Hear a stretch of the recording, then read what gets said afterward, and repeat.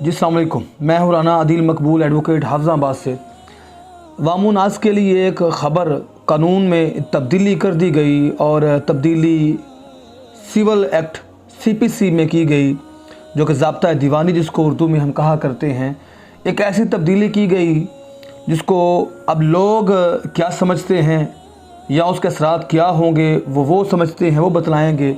लेकिन जो मैं समझता हूँ, मैं आज आपको अपना नुक्ता नज़र पेश करूँगा कि आया ये तब्दीली अवाम के फ़ायदे के लिए है या अवाम के नुकसान के लिए है। पहले बताए चलता हूँ कि तब्दीली ये है कि जो लोग अदालतों में आते हैं, जिनका को तल्लक है या केसेस अदालतों में चलते हैं, उनको इल्म होगा कि जब सिविल कोर्ट को फ़ैसला करती है, चाहे वो अगेंस्ट हो या प्रो हो, डिग्री पास करे या कोई दावा रिजेक्ट करे, खारिज कर दे, तो उसके ख़िलाफ़ सेशन कोर्ट या डिस्ट्रिक्ट कोर्ट में अपील की जाती थी विदिन 30 डेज़। ये ज़्यादातर लोग कानून के जो तालिब इल्म हैं, जो कानून दान है, वकला है, वो तो जानते हैं। इसके अलावा वो लोग जो अदालतों में किसी किस्म का उनका ताल्लुक़ है या वास्ता है, वो भी इस बात से आगाह होंगे।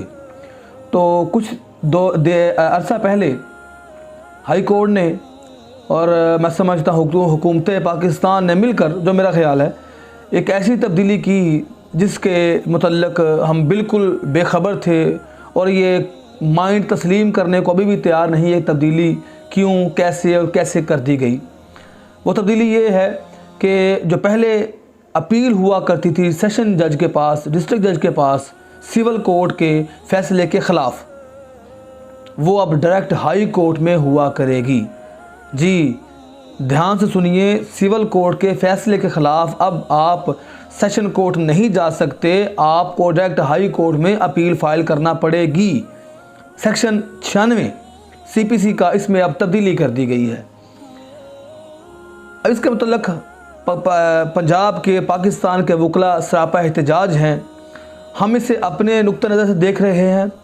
अवाम जो कि पहले से ही बेखबर है, उन्हें इल्म भी नहीं है कि उनके हक़ पर किस किस्म का डाका डाला गया है। उनको तो सिर्फ दो वक्त की रोटी मिल जाए वो काफ़ी है उनके लिए। लेकिन जब उन्हें अदालतों में काम पड़ते हैं, केसेस बनते हैं, तो तब उन्हें परेशानी लाक होती है कि ये हमारे साथ क्या हो गया।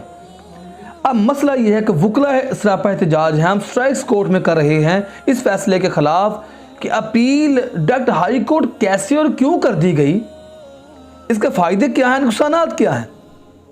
मुझे समझ ये नहीं आती बतौर कानूनदान, बतौर एक शहरी, कि हमारी हुकूमत, हमारे थिंक टैंक या हमारे कानून साज़ी इदारे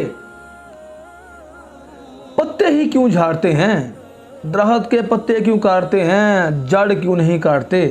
कभी हुकूमत ने या सेशन हाई कोर्ट के जो हमारे थिंक टैंक हैं, जो तरमीम किया करते हैं, कानून साज़ इदारे हैं, कभी उन्होंने ये सोचा कि अदालतों में केस ही क्यों आते हैं, लोग दावे दायर ही क्यों करते हैं, FIRs क्यों होती हैं, ये लेन देन के मामले बनते क्यों हैं, क्या वजह है। कभी इन मुहर्रकात या वजूहात के मुतल्लिक़ किसी ने सोचा? क्यों एक बाप एक बेटे के ख़िलाफ़ केस दायर कर रहा है, क्यों बीवी या खावंद के ख़िलाफ़ केस दायर कर रही है, क्यों अराज़ी और प्रॉपर्टी के केस यहाँ पर चल रहे हैं, इसके मुतल्लिक़ कभी सोचा किसी ने? इसकी वजूहात क्या हैं?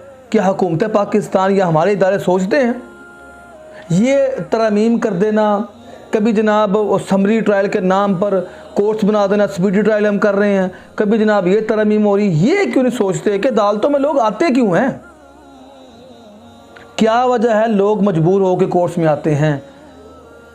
अगर उन्हें समझ लगे तो उसकी सबसे बड़ी वजह है, वो है भूख, वो है ज़रूरती ज़िंदगी का पूरा ना होना, वो है कि हम हर दूसरा बंदा जिनकी छोटी छोटी ख्वाहिशें भी पूरी नहीं हो रही, वो दिमागी तौर पर मफलूज हैं, समझ नहीं है।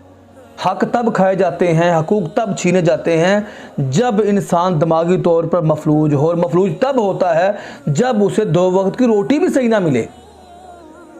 ये वजूहात कोई नहीं सोचता, ना कभी हाई कोर्ट सोचती है, ना सुप्रीम कोर्ट सोचती है, ना हमारी हुकूमत पाकिस्तान सोचती है।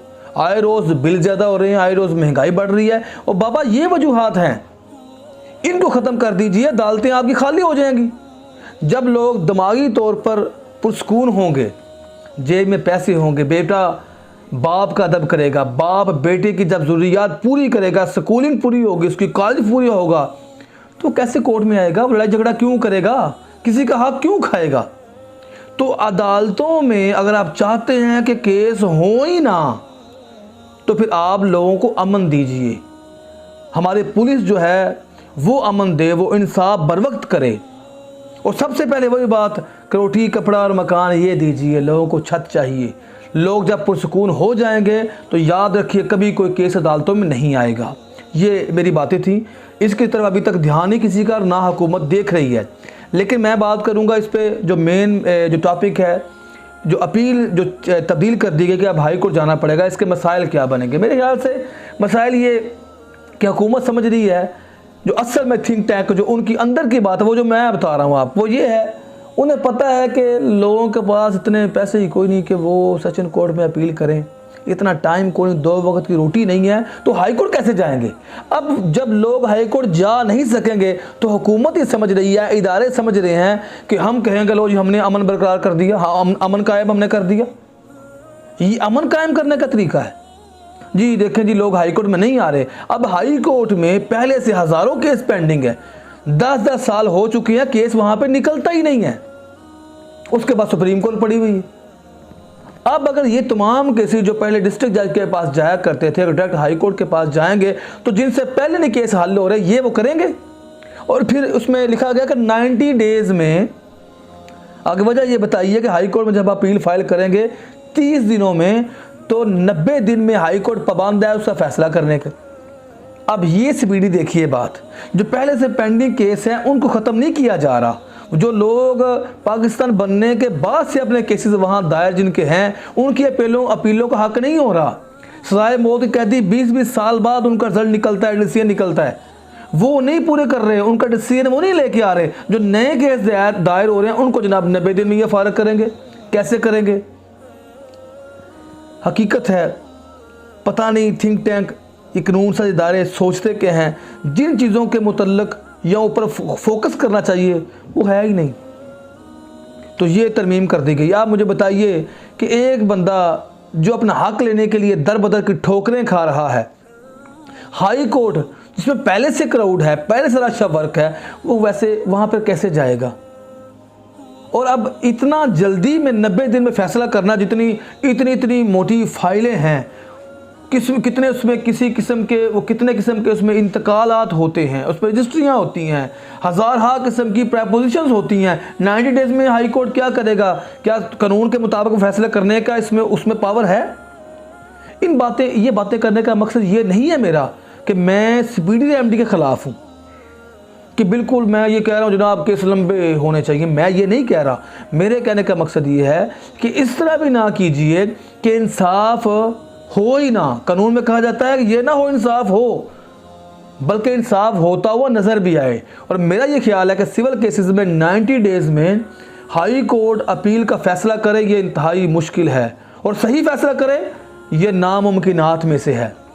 इसलिए मेरी गुजारिश तमाम कानून साज इदारों से ये है कि खुदारा ये जो आपने अपील डिस्ट्रिक्ट कोर्ट की ख़त्म की है ये जनाब बहाल कीजिए। और अगर आप चाहते हैं कि अवाम अदालतों में ना आए तो कोई थिंक टैंक या कानून साज इदारे या दीगर वो मिलकर ये सोचें कि अवाम अदालतों में क्यों नहीं आए, वो मौक़ात क्या हैं, वो वजूहात क्या हैं। तो वो भूख है, महंगाई है, ख़त्म कर दीजिए, लोगों को अमन दे दीजिए।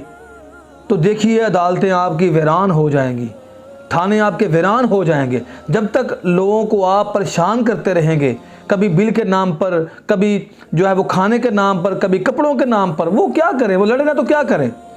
वो अदालतों में केस ना करें तो क्या करें? वो दिमागी तौर पर मफलूज हैं। हम माशरती जो इक़दार हैं वो भूल चुके हैं, हमारी अवाम ख़ानदानी जो रवायात थी वो भूल चुके हैं। ये वजूहात है कि अदालतों में लोग आते हैं, आप तरमीम करते जा रहे हैं और अवाम क्या कर, केस तो फिर भी आएंगे। हल क्या निकला? क्या आपके ये तरमीम करने का मकसद ये था कि स्पीडी रेमेडी कैसे देंगे आप? स्पीड अगर वो बंदा हाई कोर्ट में अपील ही फाइल नहीं कर सकता तो क्या वो कानून हाथ में नहीं लेगा? उसके माइंड में ये बात नहीं आएगी कि मैं खुद जा कब्जा कर लूँ प्रॉपर्टी के ऊपर? उसके माइंड में कानून हाथ में लेने वाली बात नहीं आएगी कि मैं हाई कोर्ट कैसे जाऊँ, इससे ही मैं यहाँ मारूँ या पीटूँ? झगड़ा बन गया ना। तो क्या आपका ये फ़ायदा हुआ 90 डेज़ वाला? भाई अगर सेशन कोर्ट में होती है, कम से कम ये छोटी अदालत है, हाई कोर्ट से जल्दी केस भी निकल आता है और फैसला भी हो सकता है। आप इस पर जो है सेशन कोर्ट को टाइम लिमिट दे दीजिए 90 डेज़। हाई कोर्ट कैसे बंदा जाए भाई वहाँ पर। इन गुजारिशात के साथ अवाम के लिए कि अपना हक़ समझिए और इदारों के लिए अवाम का हक़ समझिए। बहुत शुक्रिया, फ़ीडबैक ज़रूर दीजिएगा। मैं हूँ राना आदिल मकबूल एडवोकेट हाफिज़ाबाद से। आइंदा के लिए इसी तरह अगर आप फ़ीडबैक देंगे, मैं जो पॉइंट्स लीगल या माशरती पर बात किया करता हूँ तो इंशाअल्लाह अपने नुक्ता नज़र से आपको आगाह करता रहूँगा। बहुत शुक्रिया।